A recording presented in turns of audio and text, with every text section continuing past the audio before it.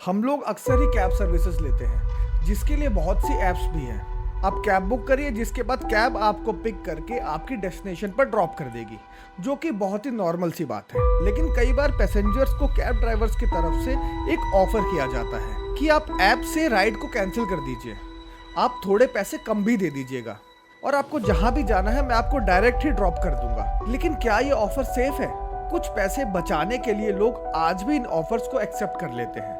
लेकिन सोचने वाली बात यह है कि क्या वो बचे हुए चंद पैसे आपकी सुरक्षा से बढ़कर है, आपकी जान से बढ़कर है। हाय, मैं हूं आर्यन और आज की इस वीडियो में मैं आपको एक ऐसे केस के बारे में बताऊंगा जहां पर एक ऐसी ही छोटी सी लापरवाही की वजह से किसी की जान चली जाती है। तो आइए केस पर चलते हैं।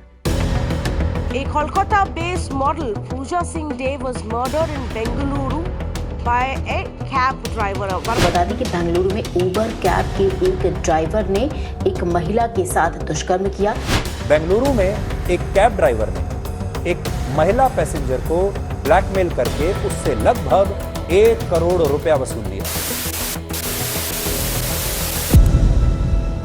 कोलकाता में रहने वाली 27 साल की पूजा सिंह, जिसने मॉडलिंग को अपना करियर चुना था, लेकिन कुछ टाइम मॉडलिंग करने के बाद पूजा इवेंट मैनेजमेंट का बिजनेस करने लगती है और फिर अपना सारा फोकस इसी काम को करने में लगा देती है। 29 जुलाई 2019 को पूजा को एक इवेंट मिलता है जिसके लिए उसे कोलकाता से बैंगलोर जाना था। कोलकाता से फ्लाइट लेकर पूजा बैंगलोर पहुंचती है, फिर कैंपागौड़ा एयरपोर्ट से अपने होटल जाने के लिए एक कैब बुक करती है। और जैसा कि देखा गया है कि जब हम लोग भी कैब करते हैं तो समटाइम्स ऐसा होता है कि ड्राइवर के साथ हमारी बातचीत होना शुरू हो जाती है। पूजा के साथ भी कुछ ऐसा ही होता है। होटल जाते वक्त कैब में पूजा की कैब ड्राइवर से बात होना शुरू हो जाती है और बात करते करते पूजा अपने होटल पहुंच जाती है। पूजा के लिए ये शहर नया था, लेकिन उस कैब ड्राइवर से बातचीत के दौरान पूजा की थोड़ी बहुत जान पहचान हो गई थी। पूजा को उस कैब ड्राइवर का नेचर बहुत अच्छा लगता है, तो तय होता है कि वही कैब ड्राइवर पूजा का इवेंट खत्म हो जाने के बाद 31 जुलाई को सुबह 4 बजे पूजा को होटल से पिक करेगा और एयरपोर्ट ड्रॉप कर देगा, जिसके लिए पूजा को तकरीबन 1200 रुपए पे करने होंगे। 31 जुलाई को पूजा सुबह तकरीबन 4:45 पर अपने पति को मैसेज करती है कि वो टाइम से कोलकाता पहुंच जाएगी, जिसके बाद पूजा का पति उसका कोलकाता में ही वेट करने लगता है। लेकिन पूजा कोलकाता नहीं पहुंचती। पूजा के पति को उसका वेट करते करते शाम हो जाती है, लेकिन पूजा कोलकाता नहीं आती। इसी बीच पूजा को कई बार कॉल भी किया जाता है, लेकिन किसी को भी पूजा की तरफ से कोई रिस्पॉन्स नहीं मिलता, जिसके बाद पूजा का पता लगाने के लिए उसका पति उसके सारे जान पहचान वालों को भी कॉल करता है, लेकिन वहां से भी उसके हाथ कुछ नहीं लगता। इसी बीच पूजा के पति के पास पूजा का मैसेज आता है कि वो बैंगलोर में ही है और उसे अर्जेंटली कुछ पैसों की जरूरत है। मैसेज पढ़ते ही पूजा का पति उसे कॉल बैक करता है, लेकिन तब तक पूजा का फोन फिर से ऑफ हो जाता है। जिसके बाद पूजा का पति उसे मैसेज करता है कि अगर तुम्हें सच में पैसों की जरूरत है तो जितनी जल्दी हो सके मुझे कॉल बैक करो। लेकिन पूजा का कोई रिप्लाई नहीं आता, तो पूजा के पति को लगता है कि शायद पूजा किसी मुसीबत में फंस गई है। बहुत सोचने समझने के बाद पूजा का पति न्यू टाउन पुलिस स्टेशन में जाकर पूजा की मिसिंग रिपोर्ट करा देता है, लेकिन इस केस में पुलिस भी उसकी कोई खास मदद नहीं कर पाती। आप पुलिस की कार्रवाई को इस बात से समझ सकते हैं कि पूजा के लापता होने के बहुत दिनों बाद तक भी पुलिस के पास पूजा को लेकर कोई अपडेट नहीं थी। कोलकाता में पूजा के लापता होने की वजह से उसका सारा परिवार बहुत परेशान था। उधर बैंगलोर में पुलिस के पास एक नया केस आता है। वहीं के कुछ लोकल्स पुलिस को खबर देते हैं कि एयरपोर्ट के पास एक महिला की लाश पड़ी है, जिसके बाद पुलिस मौके पर पहुंचकर उस लाश को अपने कब्जे में ले लेती है।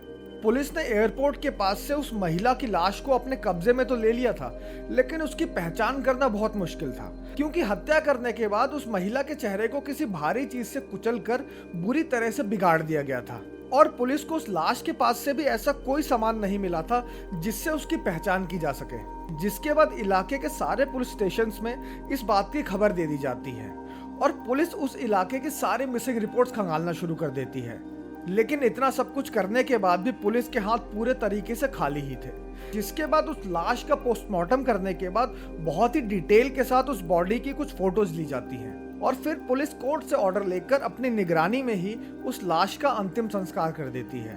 उस लाश का अंतिम संस्कार तो कर दिया गया था, लेकिन पुलिस अभी भी इस हत्या को सुलझाने में लगी थी, जिसके चलते पुलिस की एक स्पेशल टीम भी बनाई जाती है। लाश के पहने हुए कपड़ों के ब्रांड का पता लगाने के बाद पुलिस पिछले कुछ सालों में उस ब्रांड के कपड़े जिसने भी खरीदे थे उन सबकी एक लिस्ट निकालती है और उसी लिस्ट को ट्रेस करते करते पुलिस कोलकाता पहुंच जाती है। तभी पुलिस को पता चलता है कि कुछ दिनों पहले ही न्यू टाउन पुलिस स्टेशन में एक महिला की गुमशुदगी की रिपोर्ट दर्ज कराई गई थी और उस रिपोर्ट से लावारिस लाश का बहुत कुछ मैच भी हो रहा था। बहुत अच्छे से स्टडी करने के बाद पुलिस इस नतीजे पर पहुंचती है कि बेंगलोर में जो उन्हें लावारिस लाश मिली थी वो कोलकाता की पूजा सिंह की हो सकती है। इन्हीं सब बातों को कंफर्म करने के लिए बेंगलोर से पुलिस पूजा के भाई को कॉल करती है। पूजा का भाई भी बिना देरी किए कोलकाता से फ्लाइट लेकर बेंगलोर पहुंच जाता है। बेंगलोर में पुलिस जब पूजा के भाई को वो फोटोज दिखाती है तो पूजा का भाई समझ जाता है कि ये लाश और किसी की नहीं उसकी बहन की ही है, जिसके बाद ये खबर पूजा के पति और उसके घर वालों को दे दी जाती है और ये सारे बेंगलोर पहुंचकर वो फोटोज देखने के बाद ये कंफर्म करते हैं कि वो लाश पूजा की ही है। इस केस में बेंगलोर पुलिस को बहुत बड़ी कामयाबी मिली थी, लेकिन पुलिस के सामने एक नया चैलेंज ये भी था कि उन्हें पता लगाना था कि पूजा की हत्या किसने की है। इन्वेस्टिगेशन में पुलिस को पता चलता है कि पूजा के मेल आईडी का एक्सेस उसके पति के पास भी है, जिसे चेक करने के बाद पता चलता है कि पूजा जब बेंगलोर पहुंची थी तो एयरपोर्ट से होटल तक जाने के लिए उसने ओला ऐप से एक कैब बुक की थी।